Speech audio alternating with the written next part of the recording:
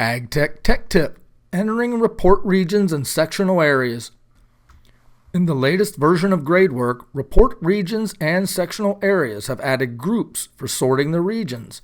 When adding a new region using the Add Regions button, enter the region name. If you press the Tab key, the group will default to the characters up to the first space in the name. This will sort the regions by name.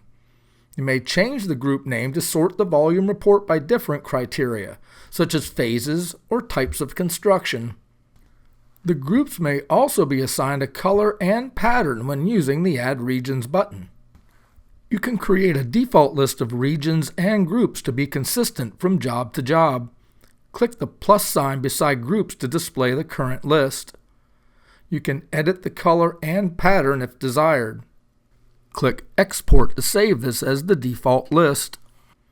All new jobs will use this list as the default colors and patterns. If you check both report regions and sectional areas, these regions will be linked, so if you edit a report region, it will also edit the sectional area.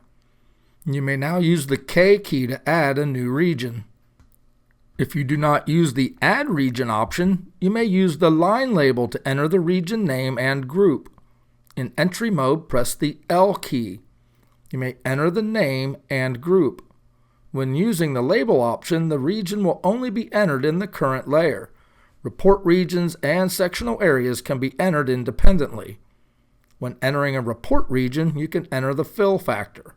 When entering a sectional area, you can enter the sectional depth. When using this method, the color and pattern will be generated at random. Region colors and patterns can be modified using the Edit Report Region option.